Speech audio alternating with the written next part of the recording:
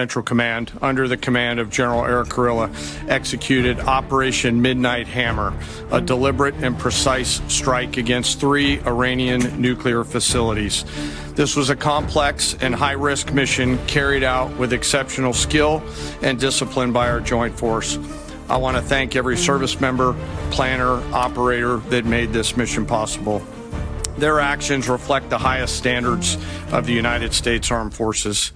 This operation was designed to severely degrade Iran's nuclear weapons infrastructure. It was planned and executed across multiple domains and theaters with coordination that reflects our ability to project power globally with speed and precision at the time and place of our nation's choosing.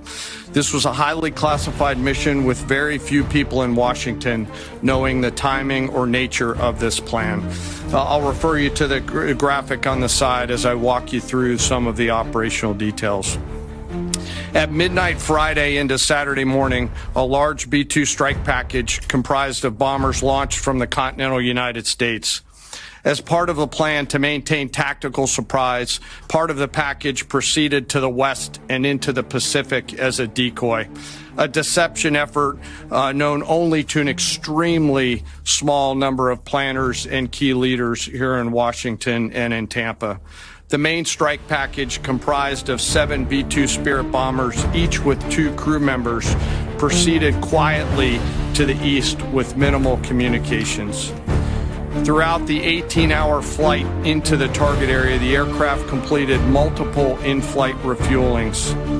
Once over land, the B-2s linked up with escort and support aircraft in a complex, tightly timed maneuver requiring exact synchronization across multiple platforms in a narrow piece of airspace, all done with minimal communications. This type of integration is exactly what our joint force does better than anyone else in the world. At approximately 5 p.m. Eastern Standard Time last night, and just prior to the strike package entering Iran, a U.S. submarine in the Central Command area of responsibility launched more than 24 Tomahawk land attack cruise missiles against key surface infrastructure targets at Esfahan. As the Operation Midnight Hammer strike package entered Iranian airspace, the U.S. employed several deception tactics, including decoys, as the 4th and 5th generation aircraft pushed out in front of the strike package at high altitude and high speed, sweeping in front of the package for enemy fighters and surface-to-air missile threats. The strike package was supported by U.S. Strategic Command, U.S. Transportation Command, U.S. Cyber Command, U.S. Space Command, U.S. Space Force, and U.S. European Command. As the strike package approached Fordo and Natanz, the U.S. protection package employed high-speed suppression weapons to ensure safe passage of the strike package, with fighter assets employing preemptive suppressing fires against any potential Iranian surface-to-air threats. We are currently unaware of any shots fired at the U.S. strike package on the way in. At approximately 6:40 p.m. Eastern Standard Time, 2:10 a.m.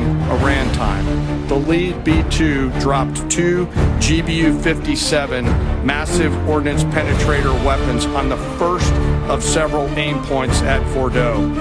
As the president stated last night, the remaining bombers then hit their targets as well, with a total of 14 MOPs dropped against 2 nuclear target areas.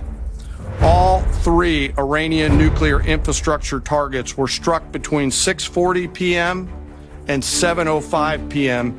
Eastern Time. Again, that's about 2:10 in the morning local time in Iran, with the Tomahawk missiles being the last to strike at Esfahan to ensure we retain the element of surprise throughout the operation. Following weapons release, the Midnight Hammer strike package exited Iranian airspace and the package began its return home.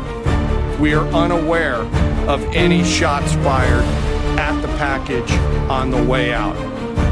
Iran's fighters did not fly, and it appears that Iran's surface-to-air missile systems did not see us. Throughout the mission, we retained the element of surprise. In total, U.S. forces employed approximately 75 precision-guided weapons during this operation. This included, as the President stated last night, 14 30,000-pound GBU-57 massive ordnance penetrators, marking the first ever operational use of this weapon. I know that battle damage is of great interest. Final battle damage will take some time, but initial battle damage assessments indicate that all three sites sustained extremely severe damage and destruction. More than 125 U.S. aircraft participated in this mission, including B-2 stealth bombers, multiple flights of fourth and fifth generation fighters, dozens and dozens of air refueling tankers, a guided missile submarine, and a full array of intelligence, surveillance, and reconnaissance aircraft, as well as hundreds of maintenance and operational professionals.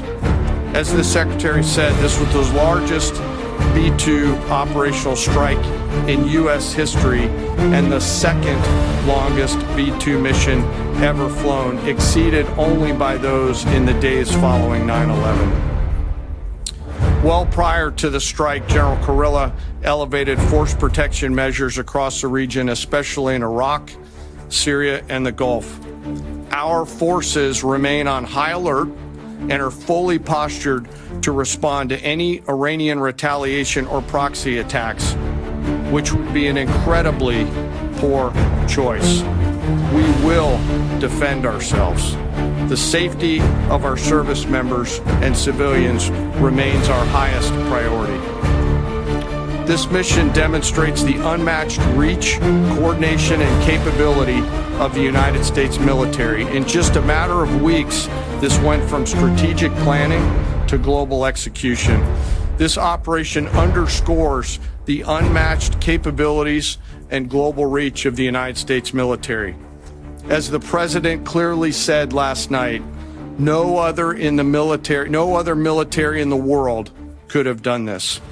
I join the President and the Secretary in being incredibly proud of the air crews, naval forces, cyber operators, planners, and support teams, and commanders who made this mission possible. It is their skill, discipline, and teamwork that makes this operation possible. I am particularly proud of our discipline related to operational security, something that was of great concern to the President, the Secretary, General Kurilla, and me, and we will continue to focus on this. As we stand here this morning, many assets are still airborne, and we have hundreds deployed. I ask that we keep our warfighters on their way home and our deployed service member in our thoughts. Our joint force remains ready to defend the United States, our troops, and our interests in the region. Thank you very much.